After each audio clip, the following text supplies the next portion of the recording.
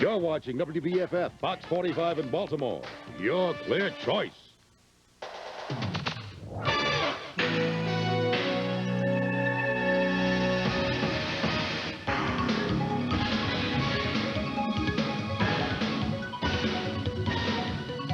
Live from WBFF TV, this is Fox 45 News at 10.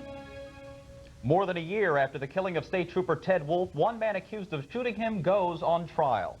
Good evening, I'm Jeff Barnes. And I'm Lisa Willis. Thanks for joining us for this premiere broadcast of Fox 45 News at 10. We'll have more on the Toronto trial in just a moment, but first, a report claims Baltimore is home to one of the most dangerous places to work. A journey into Bethlehem Steel's Sparrows Point complex may be a journey into the danger zone. A state-by-state computer analysis shows Beth Steel is the most dangerous place in the country to work. The federal government says the company is at least partially to blame in more than 24 deaths and serious injuries. Bruce Leshen reports the most recent may have been last week. The flowers are still fresh on the grave of Spiro Asimenios. He was just 6 weeks shy of retirement when he slipped on a scaffold and fell almost 30 feet to his death at Bethlehem Steel. At 62, the priest at his funeral said he was just starting to live his life. Spiro Asimenios is far from alone. Since 1972, Sparrows Point has been cited 26 times in the accidental deaths or serious injuries of its workers. State safety investigations show the steel plant has violated government safety standards, failed to adequately train its workers, and failed to act on employee complaints about hazards. Jim Hinkle was the victim of an accident just 2 years ago. It doesn't make me happy. I mean, when you see fellow workers walking around with fingers gone or stuff falling out of the ceiling, hitting them on the head, you know, slipping and falling, having a disc removed from my back, it doesn't make me happy. Federal safety officials say Sparrows Point has a real safety problem. Top union officials cite the case of Richard Spencer, crushed to death by a forklift 2 years ago. We thought that the law should provide penalties to putting somebody in jail who's responsible for that negligence. Instead, Bethlehem Steel was fined $585. For all the deaths and injuries since records have been kept, Sparrows Point has paid $30,000. That's ridiculous. Union officials say as Bethlehem Steel has tried to fend off foreign competition, safety has increasingly taken a backseat to production. For some of Beth Steel's 7,000 workers, it's just the price of doing business. Good job, it's good money, you know there's a risk there. So you got to, when it comes to safety, you got to watch out for yourself. But for Spiro Asimenios and more than 24 others, watching out for yourself just wasn't good enough. Now, we tried repeatedly to contact Bethlehem Steel about this story, but a company spokesman did not return our calls. Federal and union officials admit working around the heavy machinery and molten metal of a steel plant is inherently dangerous. But they say Bethlehem Steel is failing to take the precautions that would make a dangerous job just a little bit safer. And they say that's why it's record worst in the nation. Lisa? Okay, Bruce. Jury selection began today in a case most Marylanders are painfully familiar with, the brutal slaying of State Police Corporal Ted Wolf. Deborah Weiner tells us today marks the beginning of a case that's expected to last most of the summer. A shackled and stone-faced Eric Tirado entered the courthouse today under a blanket of heavily armed security. How do you feel today about everything? Tirado is one of 2 men charged with the slaying of State Police Corporal Ted Wolf, a 16-year veteran of the force, a husband and father of 3. Wolf was fatally shot last year after stopping a driver for speeding on I-95 near the 175 overpass. So far, the state indicated it has more than 250 witnesses for this case, but Tirado's attorney says his client was not the trigger man. We will be showing that Mr. Tirado was not a participant in the crime. For now, though, it's jury selection, which Judge Raymond Kane says could last 8 days. Almost 500 people will be summoned for the Tirado trial, the largest pool ever called for a case in Howard County Circuit Court. But for the most part, we're not going to see jury selection. The lawyers in this case decided only this morning that the interviewing of prospective jurors would take place behind closed doors and not in open court, as is usually done. Meaning Corporal Wolf's family, who came to court today, also will not see jury selection. A process critical in a death penalty case that's received a score of local and national publicity. A case many hope will answer the question, why did Corporal Wolf have to become one of the state's fallen heroes? Deborah Weiner, Fox 45, News at 10. As you might expect, security is very tight at this trial. Today, there were 6 members of the State Police Tactical Assault Team in the courtroom, and they're expected to be there through the rest of the trial. In Howard County, contractors called on state lawmakers to remove a freeze on highway construction projects. Labor and business leaders held a news conference at an intersection, one of many they say needs improvements. They call themselves MESH, Marylanders for Efficient and Safe Highways. The group says the state needs to boost highway spending by $1.5 billion over the next 5 years. MESH wants the General Assembly to increase the gas tax by 10 cents to fund roadway improvements. They predicted layoffs and traffic delays if nearly $800 million in construction funds remains frozen because of budget shortages. Standing by live at the State House in Annapolis is News at 10's John Rydell with Governor Schaefer to discuss this and other issues. John? Jeff, thank you very much. And Governor, thank you for joining us tonight. Well, congratulations on your news broadcast. That's really great. Thank you very much. This has been an especially tough year for the state, the toughest financial year in quite some time, and yet the legislature did not enact an increase in the gas tax. Where is the state going to find money to help fund the transportation projects? No, I thought about that. First of all, the legislature has a very difficult time. The people, in a way, were saying no new taxes, no new taxes. And I think we're going to find now, as a result of not passing the gasoline tax, just as you saw on your news broadcast, there will be no contracts. They just will not be let. We do not have the money. We can't go into deficit spending. We have to watch our bond rating, our AAA bond rating. We also have to watch our transportation fund bond rating. And so the new programs just won't be enacted. Well, now, when the General Assembly reconvenes in special session later this month, will you recommend that they reconsider their decision to raise the gas tax? I proposed it in January. I told them exactly what was happening. Those figures haven't changed. Yes, they have gotten worse. We've gotten less money right now than we had in January. They knew it then. It's going to be up to them to make a move, and I hope they will. I really hope they move. If we don't, there's a very good chance that we're going to lose approximately $100 million or $200 million in federal funds. It'll be the first time that it happens. Every city, when I was mayor, was waiting for the states to not to turn back money. We got it. And something will happen along that line. It can be done. It can be done in this session without any difficulty. It can be enacted, and we can get those contracts rolling. There are bridges that have to be done. There are roads, there are contracts. The economy will be better off as a result of hundreds and hundreds of people be working. Sales taxes will go up. Sales income will come in, and I just hope the legislature will do it. Now, what about layoffs? The state has been able to avoid layoffs up until now. What about fiscal 92? Is there any way to avoid major layoffs? The legislature knows, and we know, that we start off with a deficit of approximately $300 million. They know it, we know it. We've used every bit of reserve funds we have. The legislature had a very difficult time, and we can't place the blame on them entirely because the sales tax money just wasn't in, and there were problems. We hope there won't be layoffs, but we have to wait and see how the revenues are. Governor, thank you very much for joining us tonight. Jeff, John Rydell reporting live from the state capitol. Governor Schaefer, thank you for being with us tonight. After months of searching, the city may be one step closer to finding its new school superintendent. Finalists for the job may know their fate within 2 weeks. The chairman of the search committee says background checks and interviews on all 9 candidates are moving quickly. The current superintendent, Richard Hunter's contract expires July 31st. Now here's with a man with his eye in the sky, Len Johnson, with a first look at the forecast from the Fox 45 Sky Center. Len? Always the eye in the sky, Lisa. Hey, if we want to get some mileage out of these tuxedos tomorrow, I think we could go outside without major perspiration. It's going to cool down quite a bit. First, let's check out a cake that was sent to us. We've been getting all these gifts. This is the Harford County Public Information Officers. Look at that thing. There go the diets, but what the heck, it's a great looking cake. How about tonight's forecast? Well, it's partly cloudy and cooling down, looking for a low of 60 degrees. Winds will be out of the north at 10 miles per hour, and we'll tell you more about that cool down. That's coming up a little bit later in the weather. Stick with us. All right. Any more of that cake left for us? That cake's going to be gone in about an hour. When we come back on the News at 10, the Diner movie directors Barry Levinson and John Waters made famous closes after 6 months because of money problems.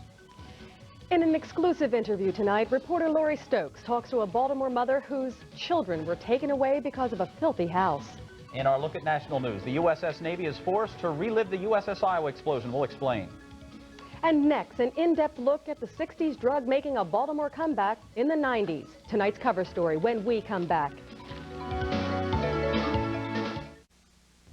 During the week, the second segment of the News at 10 will feature a cover story. It's an in-depth look at an issue that's important and of interest to you. Tonight, our cover story subject is drugs, but not the problem with crack cocaine that permeates America's inner cities. Instead, we are going to look at Baltimore's growing number of heroin addicts. Heroin disappeared from the headlines in the early 70s. Now in the 90s, smack is back, and there is a new problem: AIDS.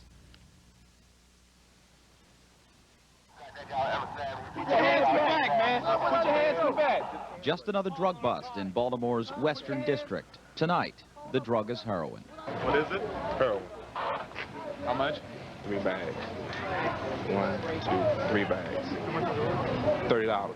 More than 8% of the 600,000 heroin addicts in the United States live in Maryland, and police say the percentage continues to climb. Yeah, it looked like they were standing around shooting dope. 42-year-old James Shellington's job is to fight the alarmingly high rate of heroin use on the streets, what some would call an insurmountable task. Shellington, a former heroin addict himself, is the director of the state-funded Health Education Resource Organization, or HERO. HERO's intent is to educate addicts to the dangers of drugs and AIDS through intravenous drug use. And because of the nature of addiction and addicts, they are not coming for the information. Someone has to carry it to them. Shellington and his co-workers carry that message to the streets 5 days a week. Today, they're at the corner of Pennsylvania Avenue and Gold Street, a neighborhood littered with discarded bottles of alcohol and assorted drug paraphernalia. On this trip, we found a used syringe caked with dried blood. That scares me, particularly this time of weather, because more kids are going to be out here this summer. And there's the risk of a child, kids as children are, picking up the syringe and pricking themselves with that needle. Although statistics show the drug situation is improving among the middle and upper class portions in the state of Maryland, the use of heroin is on the rise among the state's poor. It costs anywhere between $10 and $60 for 4 injections of this drug. And police say because of its highly addictive nature, some people will do anything to obtain the money to buy heroin. Shellington says HERO is doing everything to stop it by handing out leaflets on drugs and AIDS, bleach to disinfect needles, and condoms to help prevent the spread of AIDS. For some people in this community, these handouts are lifesavers. There's a lot of information in these pamphlets that they do not know, but they think they know. And a lot of these people have been using for years, and they still don't know nothing. I'm still learning, you know. I'm still fighting to be clean. 40-year-old Phyllis Frazier fights to stay alive on these streets every day. Frazier's a prostitute, in her words, a hustler. It may sound crude, but it's the way she deals with the harsh realities of surviving these streets. Just about everybody around here use drugs, one way or another. She relies on HERO to help prevent the spread of AIDS while she earns a living. If it wasn't for them, we had more AIDS. You know, and by them passing rubbers out, and they know just about everybody. They done got familiar with everybody around here. You know there's a real problem with drugs in this community.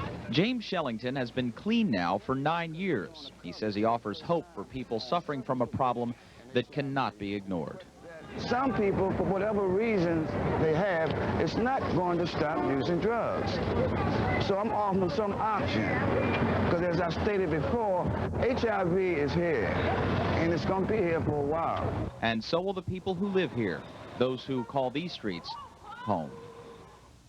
Shellington says by handing out bleach and condoms, he's not promoting drug use or sex. He's presenting a way out for people who, in his words, are crying out for help. Tomorrow night's cover story, 24 Hours in Maryland, will feature a unique perspective of our home state. 10 photographers from the News at 10 will give you a look through their eyes at what makes Maryland so diverse and interesting. Stories making news in the suburbs, next on the News at 10. Plus tonight's business news coming up. How can you pay less when buying a house? We'll get advice from a pro. But first, a look at tonight's lottery numbers.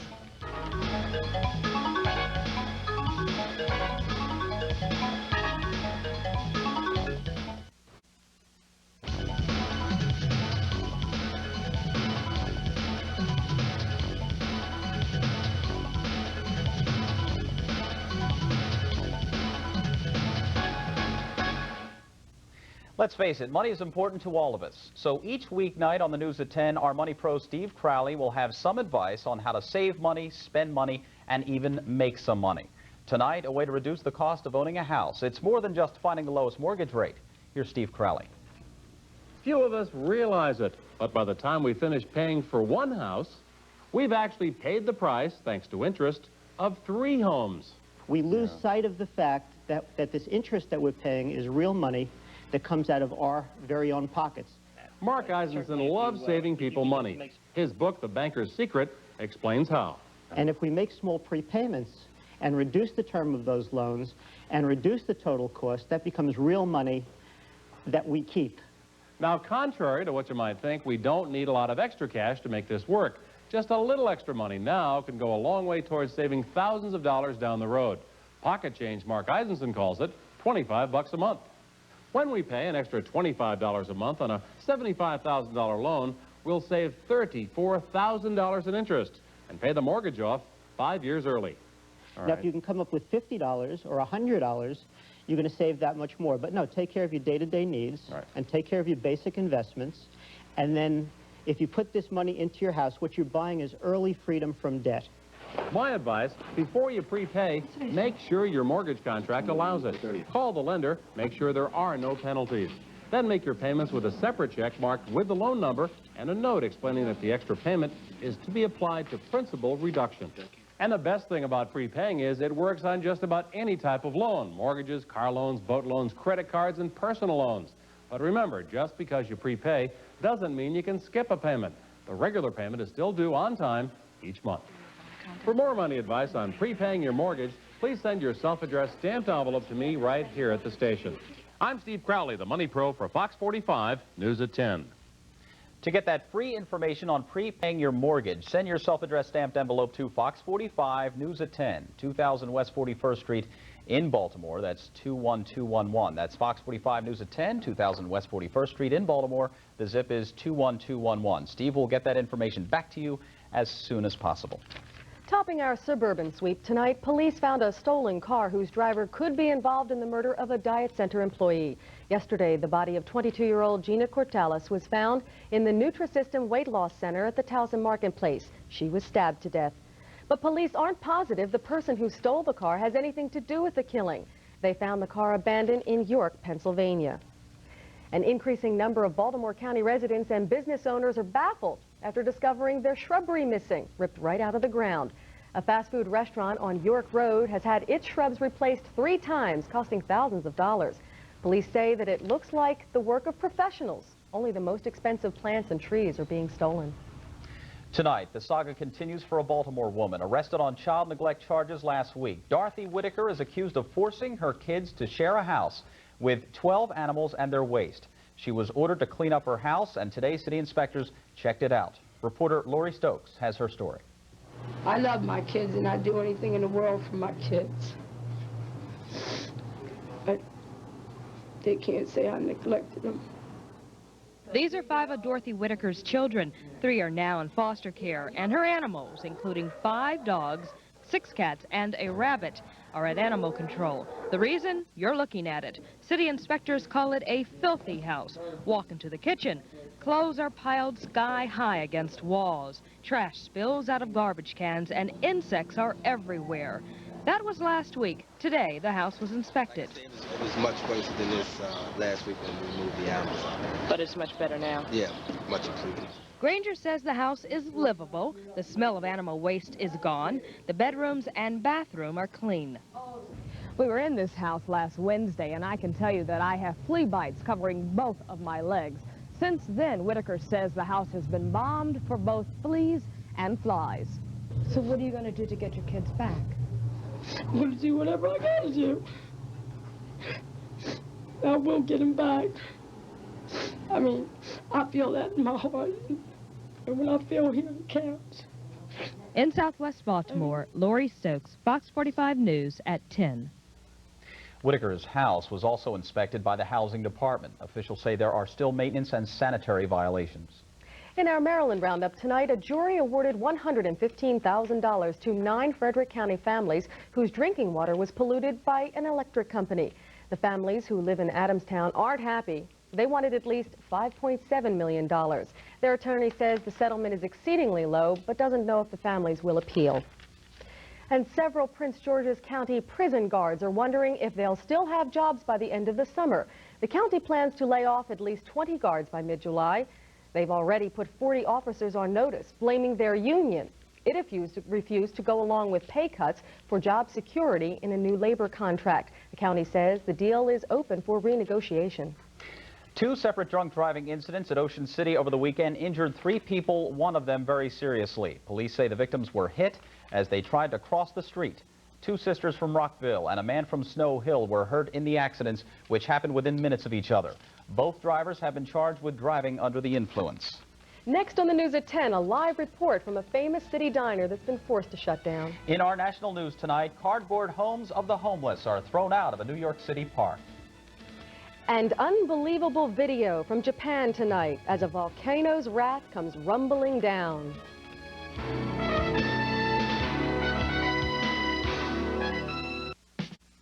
And now, one of the guys who's going to be keeping you on top of all the sports news, Max Morgan, is now standing by live in our newsroom. Max? Thanks very much, Jeff. Should be a lot of fun. Now, following the Orioles has been a lot of fun of late. They're playing good ball right now. We'll tell you if it continued tonight in Minnesota. Plus, the O's were planning for the future in today's baseball amateur draft. We'll show you the Birds' #1 pick. That and the rest of the day in sports a little bit later on. Lisa? Okay, Max.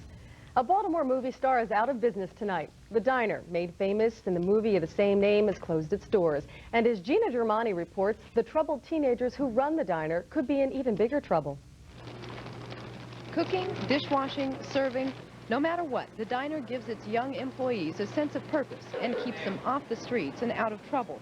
Last February, the Kids Diner opened as a vocational training center for teenagers who had scrapes with the law. The Kids Diner is a product of Hollywood wealth. It was, in fact, the star of the 1981 movie Diner. But like any fledgling business, it has hit some snags, and now it's closed.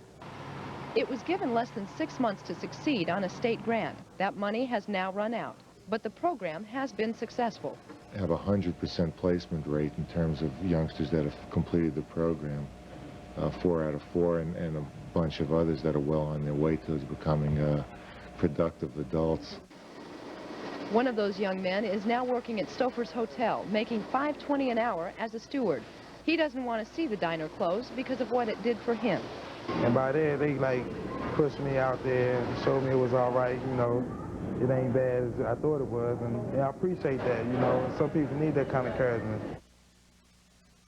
I am standing in front of the Kids Diner tonight. It will not be open in the morning, but there is a good chance that it could reopen somewhere down the line. Now, administrators say that the only way they can do that is to rely on private sources of funding. And right now, just to get back on its feet, the diner will have to come up with $20,000. Lisa? Okay, Gina, we wish him luck. In the nation tonight, hundreds of police are preparing for the worst in New York's Tompkins Square Park. They're evicting more than 100 homeless people from that park and throwing out cardboard boxes used as makeshift shelters. The park is being closed for renovations. A sailor who survived an explosion aboard the USS Iowa is suing for libel and slander. Kendall Truitt is reportedly asking for more than $50,000 from the NBC network and $10 million from the Navy. He's accusing the Navy of releasing false information and NBC for airing it.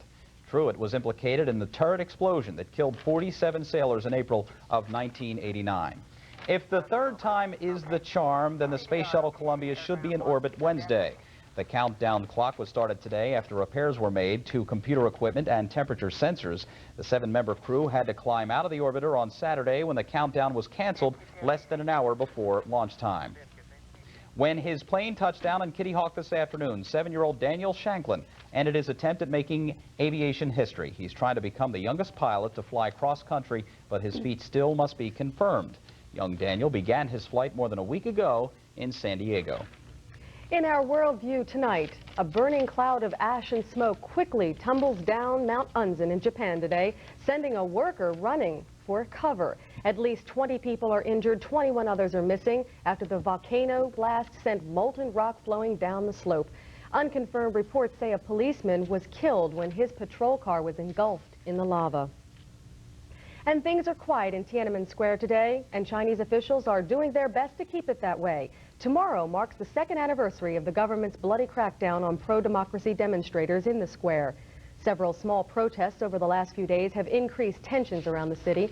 Police vehicles are highly visible in the square to prevent further protests. And war damage in Iraq may be worse than anything the U.S. expected. In a New York Times article, Iraq officials say 80% of their electrical system remains out of service. And they say daily blackouts are affecting water and sewer plants. Report says that Allied planes targeted Iraq power plants during the Gulf War. Len Johnson here with the forecast. You bet. Cooled off a little bit. That's nice. Certainly. Yeah, we need it because these things are darn hot. You notice that? You guys are doing great, by the way. Let's take a look let's take a look at our current conditions. We'll see what's happening outside right now. Pretty good, actually. Mostly cloudy, 74 degrees. Nothing to really complain about. Humidity's up there a little bit at 81%. The winds are south at 7. Stick around. The weather's up next.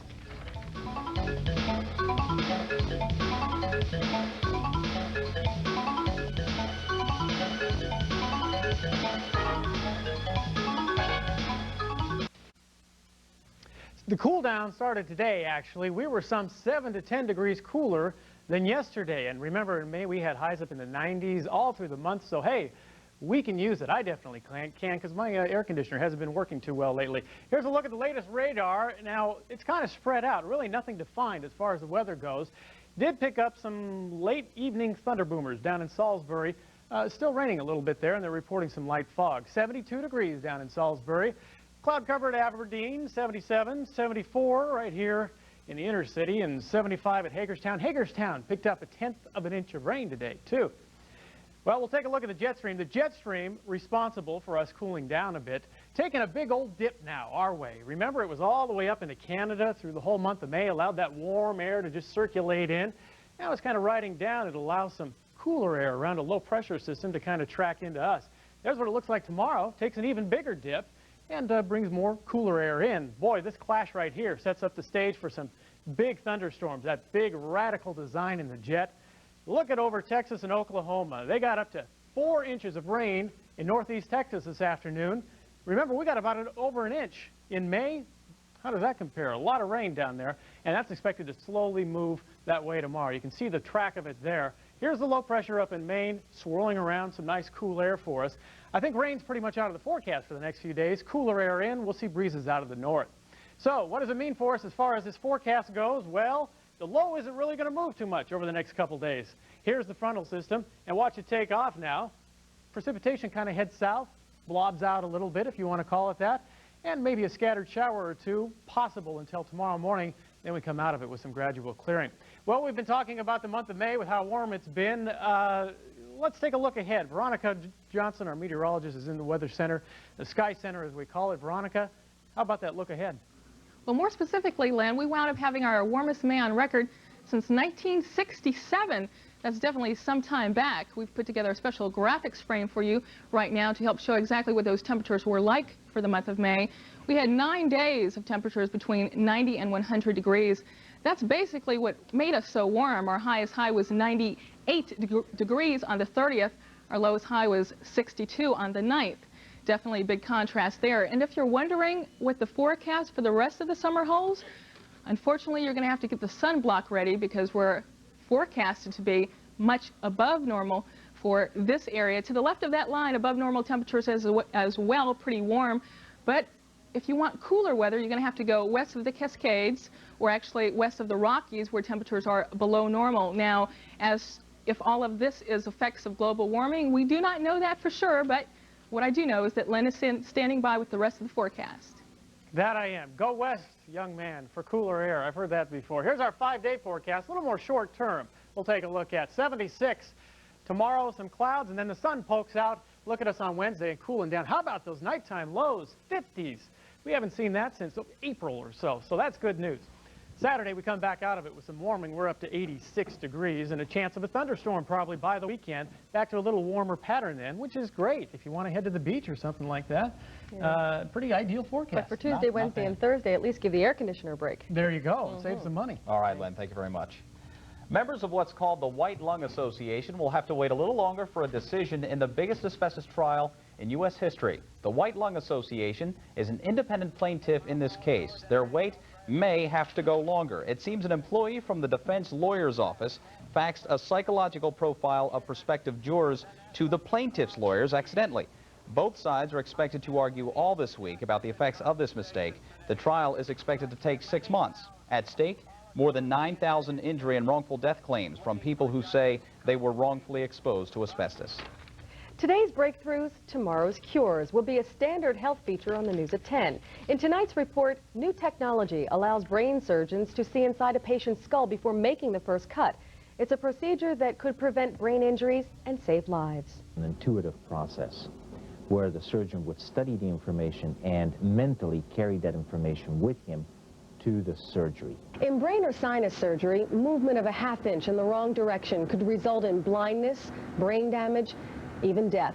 But new equipment being developed here at Johns Hopkins promises to revolutionize the surgical approach, significantly increasing accuracy.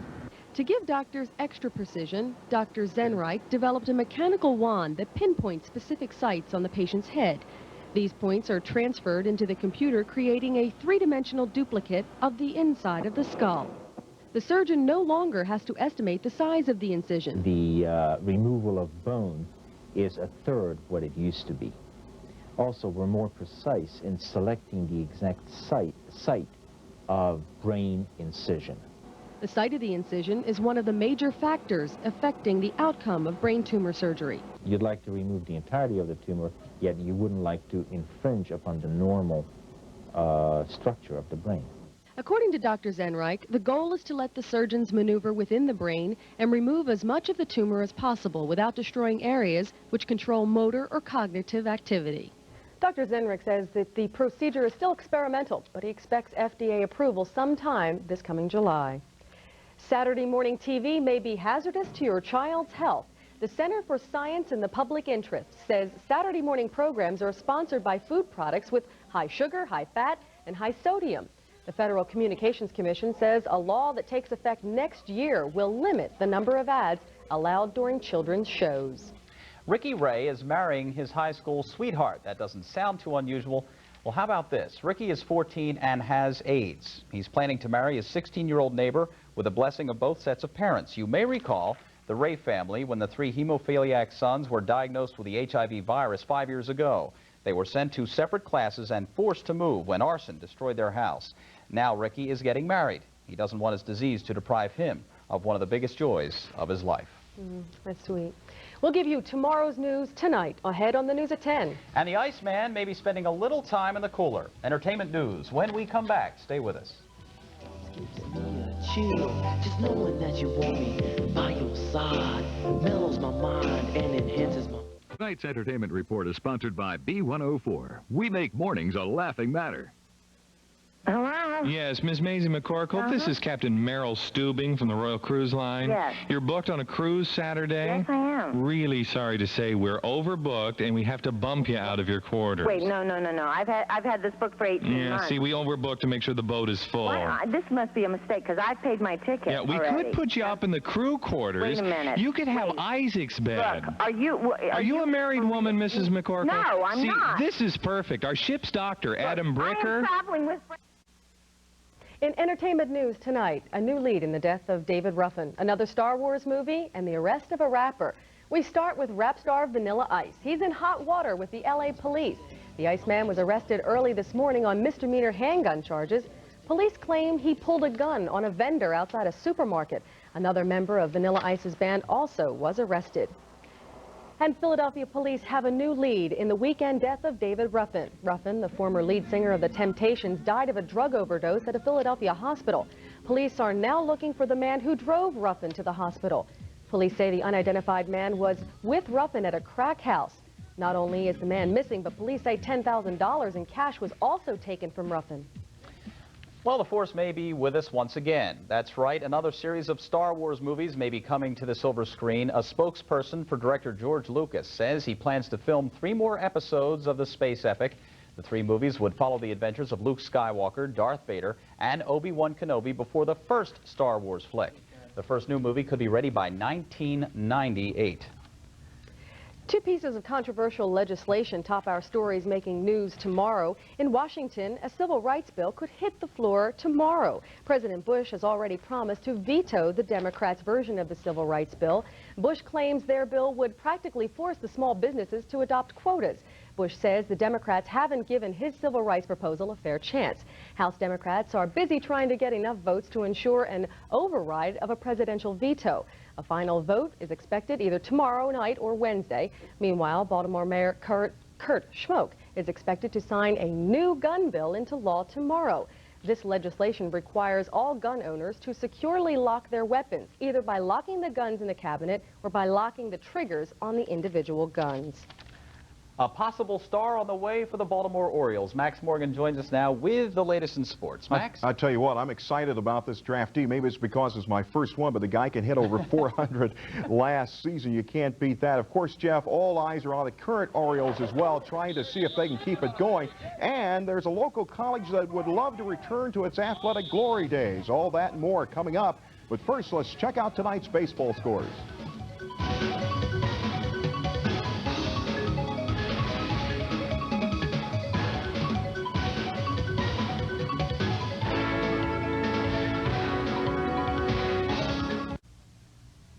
Hello, Baltimore. Let's talk some sports. Trying to make it 3 in a row were the Orioles tonight. The Birds are taking on the Minnesota Twins, and right now the game is still in progress, but we pick up some early highlights. Scoreless until the bottom of the 4th inning when Kent Herbeck takes Jeff Robinson high and deep to right for a home run. That will measure at 444 feet, and when it's the 5th home run of the year, he can really hit some taters. 1-0 Twins. Then in the 5th inning, and with the Twins leading 2-0, Herbeck strikes again. This time he goes the opposite way. Jeff McKnight will bang into the wall trying to catch it. That scores Kirby Puckett, and it's 2-0 Minnesota, but the O's come back. Cal Ripken rips one down the left field line into the corner. Tim Hewlett gets on his horse and scores from first to cut the Minnesota lead to 3-1. And then the defensive play of the game by the Orioles. Billy Ripken on the short pop to center. Watch him go out and get this one. Makes the diving catch. But in the 9th inning now, as we updated, Minnesota is leading the Orioles 3-2. And before the current Orioles started playing ball tonight, the organization was looking into the future. The Baltimore Brain Trust gathered today in order to take part in baseball's amateur draft. And the O's got their man. He's hot-hitting Southern Cal outfielder Mark Smith. I got mine. You got yours? Yeah, thanks. Yep. Is it in yet? We project him to be a right fielder in the big leagues. I think the closest comparison I can give you would be a Tom Brunansky type of outfielder. He's a bat. He had an outstanding year in the Cape last summer in the Cape Cod League. He made the All-Star team there. I'm really excited. I'm ready to go out and play. So I'm happy. I like the Orioles. It's kind of a surprise to me. You know, I really didn't think that the Orioles would draft me, but I'm really excited. And so are the Orioles. Now, joining us tonight in the newsroom is Fox 45 Sports Director Bruce Cunningham. Bruce, welcome aboard, and I know you have a local story our viewers will enjoy. Well, Max, thanks, and welcome aboard to you, too. I know I sure enjoyed putting this one together. You know, since Max and I arrived in town 2 months ago, we've met more than our share of interesting characters, and the new head football coach at Morgan State University certainly falls under that category. His style? Take no prisoners. Give me another slide. How do I corner? Get out of here. Oh, no. Come on in here. Yes, there's a new gunfighter in town. His name is Ricky Diggs, and he's taken over the downtrodden football program at Morgan State. You don't go on snap count. You go on movement. You go on movement. Well, he's a little feisty guy. He's real feisty. You know, well, he stays on everybody but coaches and players. You should be a right there, and you call yourself football player. This is the most energetic spring practice that I have been a part of, and I think it's a change because of the discipline. A change indeed. Fresh off the staff at the Air Force Academy, Diggs takes over a program that could manage only a single victory all last season. I kind of like the idea of coming in being 1-10 because the program's been down, as everybody knows. I kind of like the situation that we're in. We can't go nowhere but up. And there's good reason for that optimism here at Morgan State. After all, 11 starters return on offense. They're coming off a 1-10 season. Is that necessarily good news? Those guys that were 11 offensive starters last year, some of them may be in the lineup and some of them may not be in the lineup. 11 offensive starters were 11 offensive starters from the previous program. Like the previous program, a typically rugged conference schedule and non-conference opponents like Norfolk State and Virginia Union await Diggs. As he said, there was literally no place to go but up. And the new gunfighter's message is getting through. Make no mistake about it. We have a new coach. We have a promising future at Morgan, and I'm ready to kick it off. And he'll get his chance August 31st when the Bears host North Carolina A&T in the '91 season opener.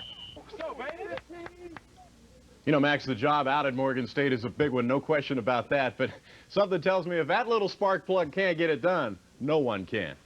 I agree with you, Bruce. And of course, you know, it doesn't sound like, but he's a nice guy. Now let's turn to our play of the day. These will come from anywhere, whether it's local or from around the nation.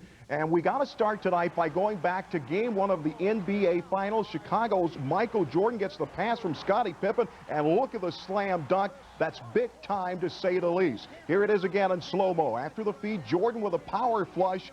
And our play of the day, but by the time it was all over, the joke was on Jordan and the Bulls. Same way with the O's tonight. 3-2 Minnesota wins. Buck Rogers fired at Montreal. That's it. See you tomorrow night. Okay, Max, thank you very much. Lisa? Okay, guys. Well, coming up on tonight's stories ahead on the news at 10. Plus, we'll also tell you about how we all came together as a team. Len Johnson will show you when we come back.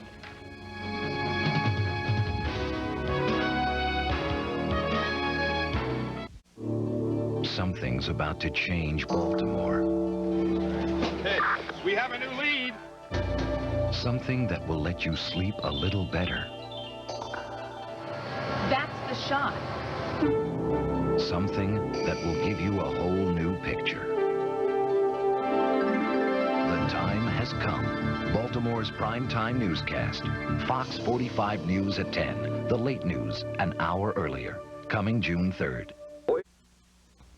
Updating our top stories tonight, jury selection began today for one of the two men charged with slaying Maryland State Police Corporal Ted Wolf last March. A shackled Eric Tirado arrived at Howard County Circuit Court this morning. It's expected to take 8 days to seat a jury for this case. Some 500 prospective jurors will be summoned, the largest pool ever in Howard County Circuit Court history. And the Baltimore area gets a dubious distinction. We are home to the most dangerous plant in the nation. An independent computer analysis finds Bethlehem Steel's Sparrows Point complex has been cited for more deaths and serious injuries than any other facility in the country, 26 since 1972. This premiere broadcast of the news at 10 is a result of a lot of work by a lot of people. And it's a vision that began years ago and materialized when the News at 10 staff came together back on April 1st. Len Johnson is in the Fox 45 newsroom standing by live with more. Len? You guys, what I'll do is take you on a quick tour of the real guts of any news operation. It, of course, is the newsroom. It's either this or a home video, so we went for this. This is where all news originates. This, the assignment desk. It's a little loud, it's a little obnoxious, but that way we can hear what the policemen, the firemen are up to. They listen to them on these scanners, and when something sounds like it's really breaking, we're on it, just like that. We roll over this way, we head to the producers area. The producers are like the CIA. I mean, they know what's going on in a newsroom at all times. You have a question, you ask the producers. How's it going there, producer? They had an answer for me, believe it or not. We head to the reporters area. These big screens up here allow the reporters to look at some videotape after they shoot their stories, and they can view these monitors before they write and edit their stories, and they get a better idea what's going on. It's pretty handy for them. By the way, I've seen reporters pretend to be working here while secretly watching Married with Children. No, I'm just kidding. They're hard workers. Here's Josh Thomas, weekend anchor, staying late to work, aren't you, Josh? Don't mind staying extra if it means that we have to get the story right, and so we don't mind doing that. And we will be doing that in the future as well. All right. I poke fun, but I know you guys are working hard. I'm the weatherman, so I get to have a little fun. Over here at the Sky Center, this is where we put it all together, basically. We've got all the latest toys, and the charts and computers allow us to forecast and to make the forecast look real nice.